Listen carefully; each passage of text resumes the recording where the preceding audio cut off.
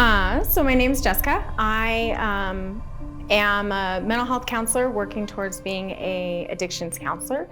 And I also am a supporter of the recovery lifestyle, and I do advocacy work for YPR as well.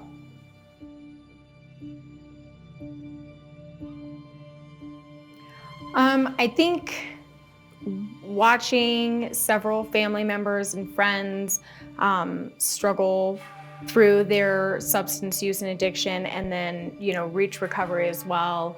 I've always embraced and been a supporter of that throughout my whole life, and knew that this was an area that I really wanted to work with. And being able to find YPR and Lisa and Brian allowed me to be able to really put my heart and soul into something that was needed, not just for this community, but also I found out for myself too, because it allowed me to embrace a larger part of myself and be able to be a better support for the people in my life that are in recovery, so that I can support them even more than what I have in the past.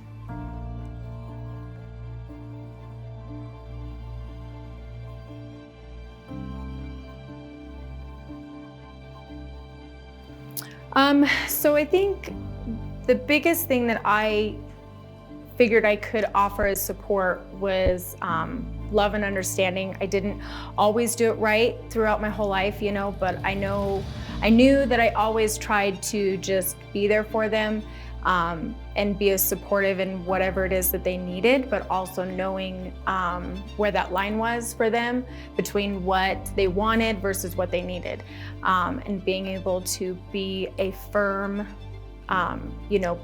backdrop for them, so that I've always been that house that when they needed it, they could come to. When they needed somewhere to go, they could come to us, and there'd never be judgment. There'd never be any less love given to them just because they had a bad day or they messed up or they were struggling.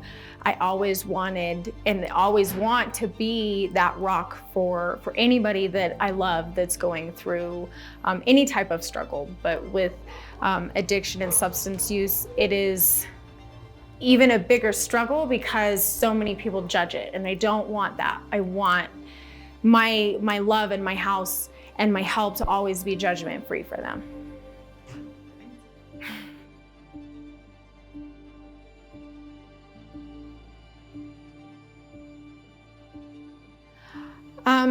I think the biggest lesson that I've learned over the years is that there is a definite fine line between help and enabling, and being able to discover and know what actual help is for somebody who's in active substance use and actively using versus somebody who is actually seeking recovery. And it's hard to know, but no matter what, you can always give unconditional love. But that doesn't mean that you have to do everything for them. You can love that person unconditionally and know that maybe right in that moment, what they need isn't your help. And it's hard. And the biggest thing is for those that are supporting to get support themselves. It just is a person seeking recovery cannot recover on their own. Supporters also need help. Supporters need support.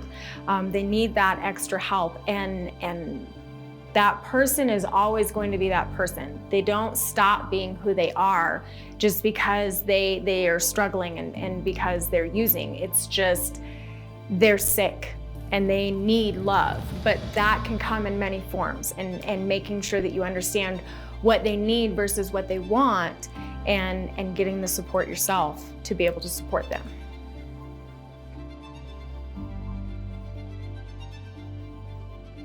Yes, absolutely. I have probably learned more over the last few years than I ever thought possible. Not just about myself, I've been able to experience some immense and major self-growth from being a part of this and going to the meetings myself and just being able to listen and learn from each other.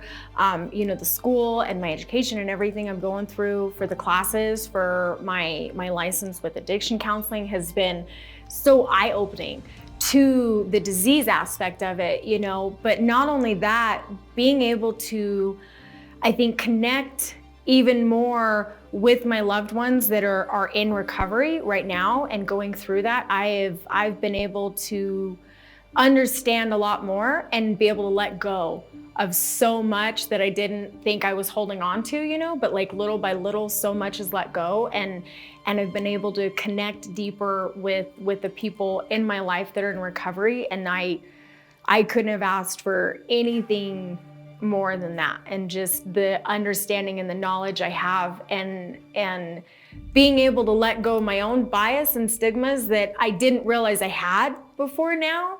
And kind of having that veil lifted of like, oh wow, like I wasn't doing my best, and now I am doing my best with it, and it's the best thing in the world. It's been a blessing.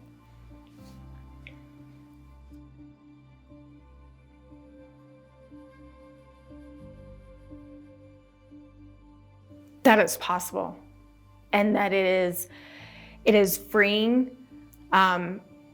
On all aspects of it. When you talk about addiction and recovery, it's never just the person, the single person that is suffering from the disease. It is always spread out to their family, their friends, their coworkers, their children. There's so many people that are affected by it, and the fact that it is so possible, and so many people think it is, because we all think that we're that special case, that we're too far gone, or we're too fucked up, or we're too broken, or whatever it is, and it's not, because everybody who's been in recovery or who is a supporter has been through and experienced such similar things. And I think that's the best thing about it is you walk in there and it's welcoming and it's inviting, and everybody's waiting for you. Like they're already waiting for you to be there, and experiencing that and getting to watching people experience that for the first time is such a blessing. It's literally the equivalent to like a birth. Like watching people through recovery is watching them be reborn, and it is the most amazing thing. And if nothing else, if every single person could experience that, then that would be like my goal in life, is to just reach out to as many people as possible so that they get to experience that, because it is possible and it is amazing. I think just that we get so hung up on the things we don't know. And I think that's where the stigmas and the stereotypes come from, because it has changed so much from when we first started learning about addictions and having substance use disorders, and from then to when it became a disorder and understanding the medical aspect of it and the disease aspect of it. There's so much that I think people don't know. So educate yourself. Go out to either recovery meetings or just even search and learn. If you know somebody or know of somebody, try to find information and help and support, because that's where the gap is because I think so many people don't understand all the aspects that come with it, that's what make them shy away from either helping or wanting to understand, and those stigmas and the stereotypes come from. So there's a lot that people just don't know that they can know if they just embrace that and understand it.